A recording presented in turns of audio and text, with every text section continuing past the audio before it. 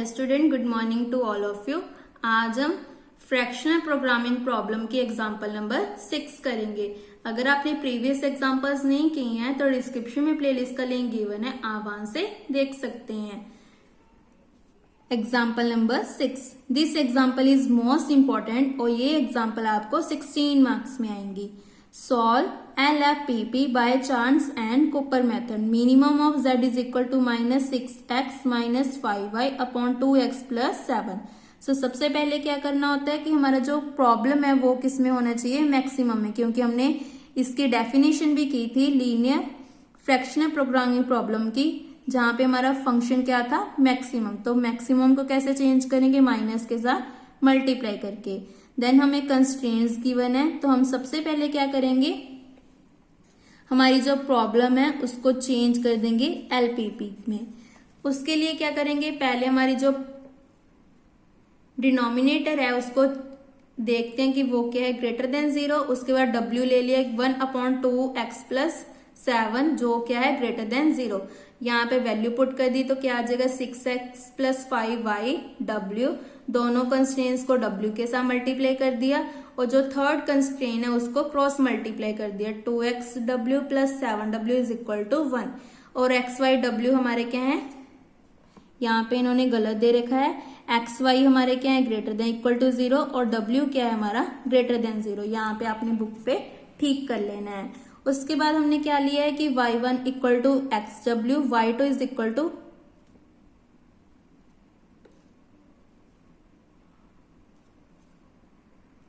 yw।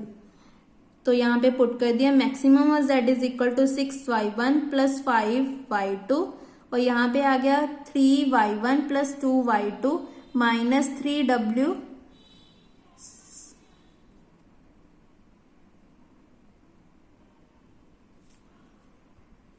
ये रही minus 6w less than equal to 0। Next is 5xw plus 2yw minus, नहीं यहाँ पे क्या आ जाएगा y1 plus 2y2 minus 3w less than equal to 0। 2y1 plus 7w is equal to 1। So हमारा ये बन गया y1 y2 greater than equal to 0 है और w क्या है हमारा ग्रेटर देन 0। ना अब हमने टू फेस मेथड लगाया। टू फेस मेथड में क्या है, हमारे जो लेस देन इक्वल टू में कंस्ट्रेंट है वहां पे हमने स्लैक वेरिएबल्स ऐड कर दिए और जो इक्वल टू वाली कंस्ट्रेंट है वहां पे आर्टिफिशियल वेरिएबल। इन दोनों का कोफिशिएंट क्या होता है 0 और आर्टिफिशियल वेरिएबल का कोफिशिएंट होता है -1। नाउ यहाँ पे मेंशन भी करना है कि y3 y4 हमारा क्या है स्लैक वेरिएबल्स, y5 हमारा आर्टिफिशियल वेरिएबल है। तो टेबल बनाया हमने, यहाँ पे लिख दिए स्लैक वेरिएबल्स और यहाँ पे आर्टिफिशियल वेरिएबल्स। स्लैक वेरिएबल्स का कोफिशिएंट क्या है 0 0 और आर्टिफिशियल वेरिएबल का कोफिशिएंट क्या है -1। सिमिलरली cj क्या आएगा 0 0 0 0 -1 0। मेन टारगेट क्या है हमारा, delta j greater than equal to 0 बनाना है और जो आर्टिफिशियल वेरिएबल है उसको टेबल से रिमूव करना है। नाउ यहाँ पे हमने कोफिशिएंट्स लिख दिए। उसके बाद डेल्टा जे में चेक किया कि मोस्ट नेगेटिव ये आ रहा है, इसका मतलब इसको कर दिया एंटर। डिवाइड करके देखा 1/7 हमारा लीस्ट पॉजिटिव आ रहा है तो y5 को कर दिया लीव z टेबल। और इन्होंने zj निकाल के नहीं दिखाया तो आपने zj फाइंड करना है, क्योंकि डेल्टा j कैसे फाइंड करते हैं, zj माइनस cj। वो कैसे करते हैं, इसको इसके साथ मल्टीप्लाई करके। जैसे देखो 0 into 3 plus 0 into 1 plus -1 into 2 तो क्या आ जाएगा -2। ऐसे इसको मल्टीप्लाई किया 0 0 0 -1 -7। देन इनको माइनस करके देखो -2 0 0 0 -1 प्लस 1 इज 0 -7 माइनस 0 इज -7।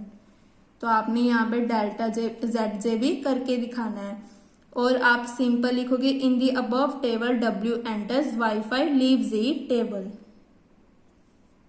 अब हमारा कॉमन पॉइंट ये आ रहा है तो यहाँ पे बनाएंगे 1 0 0।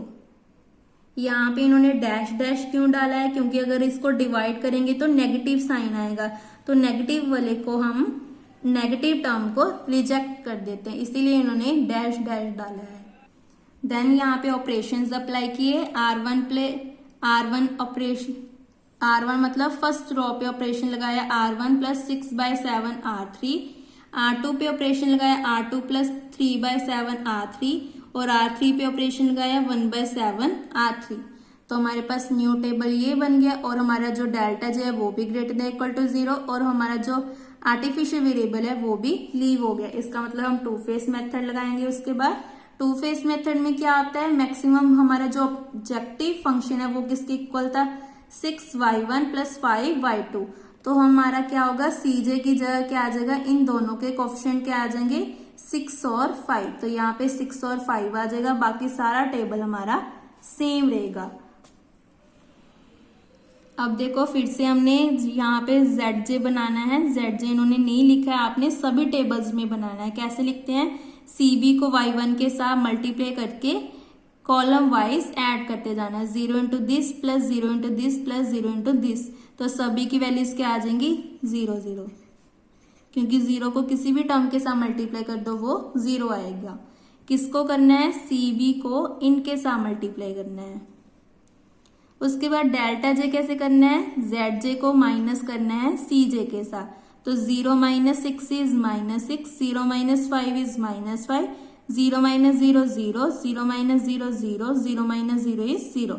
मोस्ट नेगेटिव इज -6, इसका मतलब y1 एंटर्स और डिवाइड करके देखा तो y3 leaves the table. Common point ये आ गया तो 1 0 0 बनाएंगे। आपने क्या लिखना है, in the above table y1 enters और y3 लीव्स दी टेबल।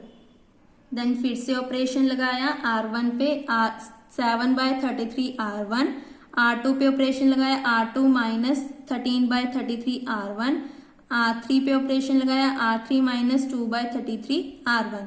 तो न्यू टेबल हमारा ये बन गया और फर्स्ट रो पे हमने किसको एंटर किया है, y1 को, और इसका कोफिशिएंट क्या है, 6। तो यहाँ पे 6 लिख दिया ना। फिर से चेक किया, मोस्ट नेगेटिव ये आ रहा है तो y2 एंटर्स, डिवाइड करके देखा तो ये y4 लीव्स दी table.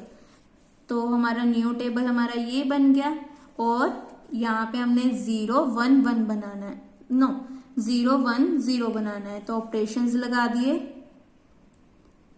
R1 minus 7/20 R2, R2 पे ऑपरेशन लगाया 33/40 R2 और R3 पे ऑपरेशन लगाया R3 प्लस 1/10 R2।